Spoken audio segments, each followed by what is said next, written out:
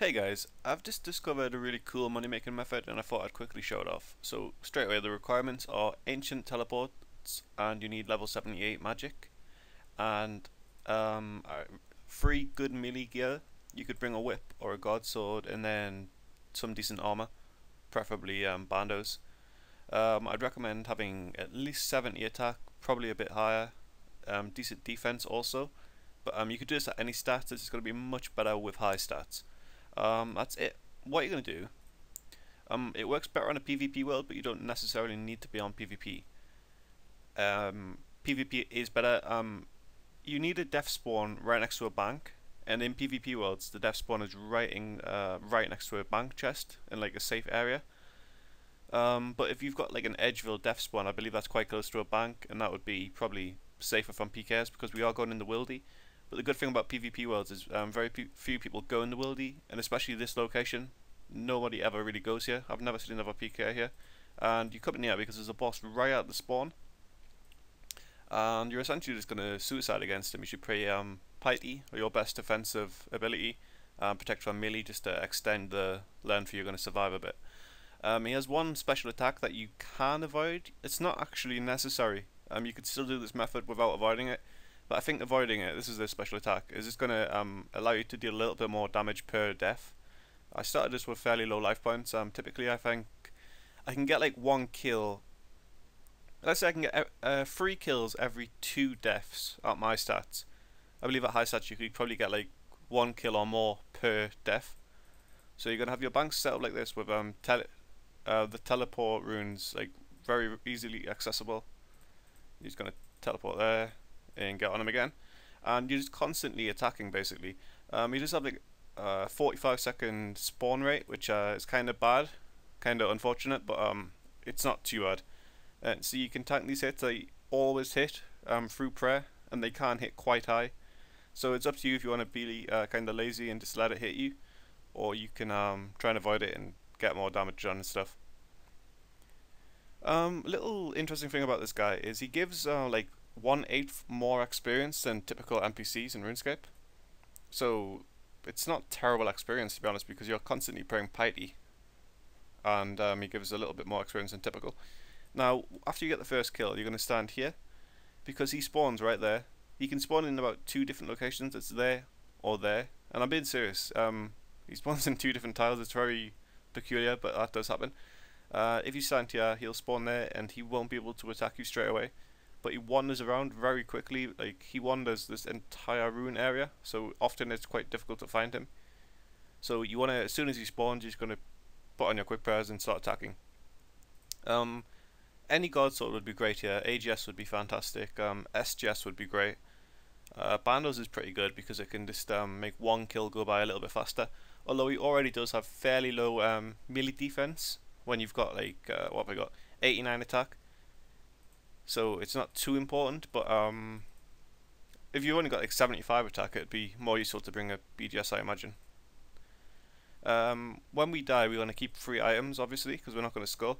You could protect item and bring 4 items, but I don't think it's worth the risk, because often you can tank them out and run out of prayer points before you run out of life points, and it's just awkward like managing your prayer every single time you come here to make sure that you've still got protected item on and stuff. I've lost a pair of bee gloves doing this because I didn't know they turned to coins when you died, so that kind of sucks. But we are going to be dropping these rune knives and all other loot, and essentially every time we die here with loot, we're just going to run back, pick it up, die again, and just keep on dropping it, and just keep on going to like recharge the rate at which you can pick it up. Like, you get 2 minutes before it fades away essentially. And that was a suicide kill. Which isn't really a bad thing. So yeah, what you're going to do is let the loot drop on the floor, and after like you've got about 5 or 6 different loots, then you're eventually going to bring 1 kami tab, and you're going to bank all the loot and reset the cycle essentially. So you're going to have all the loot while still having while not really slowing down your kill speed or anything much, because you don't want to be here with like risking 10, well, let's say a mil worth of loot when you've got like 20 items, and plus you're going to have to pick them up every single time you come back here, which can be quite time consuming, and he'll be attacking you while you do it typically. So this gets bad once you've got so many items. Very simple route to get away from here though. You just run 3 levels south, teleport to Camelot. In a PvP world, that'll be right next to a bank chest, so you can like literally right where you are, just boop, go in the bank, get your runes out, teleport back here, and start the cycle again. Unfortunately, you don't get your spec back when you die. You used to, but I think they changed it probably for this kind of thing. Actually, probably people are doing this kind of, I suppose you would call it a bit of an abuse if you kept on coming here with full spec and DDS'd him out and stuff. Or PvP, probably more importantly, you could do stuff with that. So yeah, spec web isn't too important. It's just going to recharge at a regular rate. You're not going to get like constant specs, but you don't really need it. As you see, I hit fairly accurately on this guy.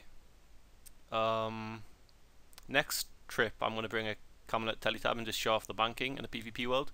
Once again, you don't have to do PvP world. If you're not doing PvP world, you could bring a Ring of Dueling or something, because that's very close to a bank. Or any bank really. Just you obviously want to minimize the walking you have to do. Mud runes. These are fairly below average drops.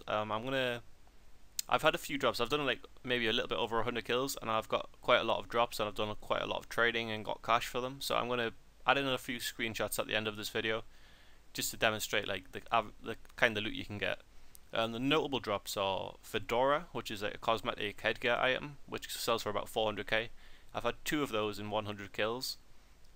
You get the shards for the 2 ward shields. I've had 1 of each. You get it's shard 2 because this guy drops shard 2.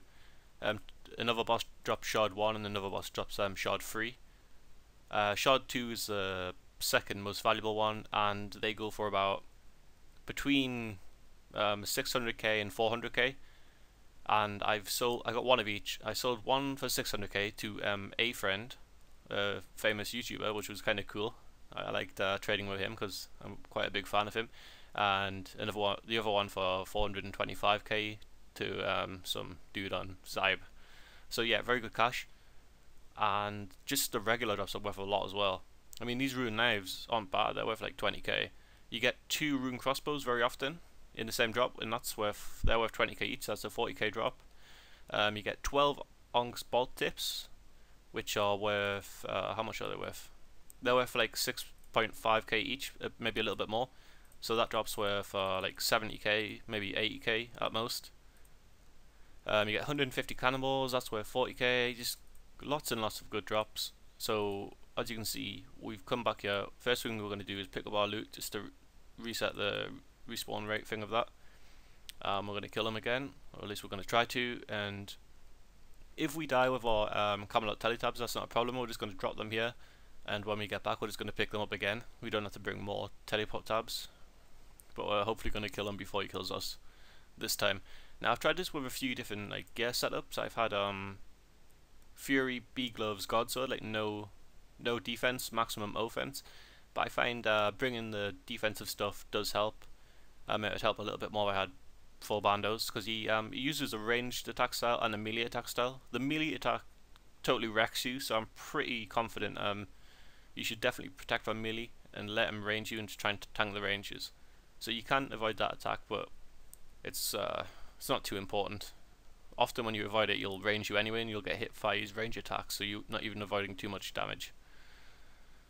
Let's hope we get this kill. Kind of red barring each other here. Good fight, noob.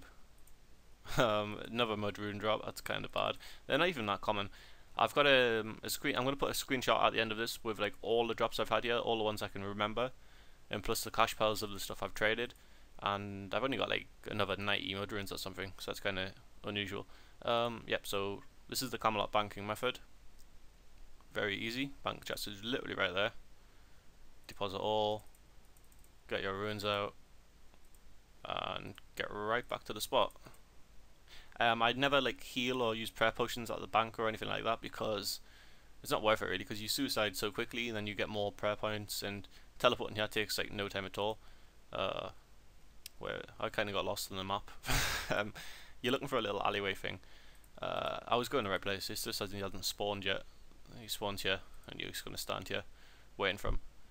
You can just stand right in his face, but I like to have some time to prepare myself and put on the the quick prayers and stuff. You notice he wandered a little tiny bit to the left, and then he instantly saw me and started attacking, and that's what's going to happen. He wanders so quickly and so far away, you really want to be there for the spawn point just to maximize the damage you can deal on them, and get your death spots where you're dropping all your gear in a reliable place so you can quickly go pick it up and start attacking again before your wanders all over the fucking place. So yeah, I think this is going to be the whole video. Thanks for watching. I definitely recommend trying this out. It might be really good if you've got Edgeville Bank, Edgeville Death Spawn, because then you can do it on worlds where, other than the PvP world, because obviously if this method gets popular, which I believe it will do, because I'm getting probably over 1 million gold per hour here at my stats, and a lot of it's alcohols as well, so a lot of that won't change very much. If it gets more popular, obviously there's only 2 PvP worlds, so it's going to be kind of bad for those people. It's going to be kind of hectic, like PKs might come, people might start killing each other. Releasing this video might cause some chaos, but I really wanted to release this method because I think it's really awesome, and I want to share it with the rest of everyone, because I don't think anyone else does this. I've never ever seen someone do this in like the 2 days I've been doing this. And once again, it's not really bad melee experience. So I'm finally going to show up, we'll get this drop, and then I'll cut to the screenshots and bid you adieu. See you guys.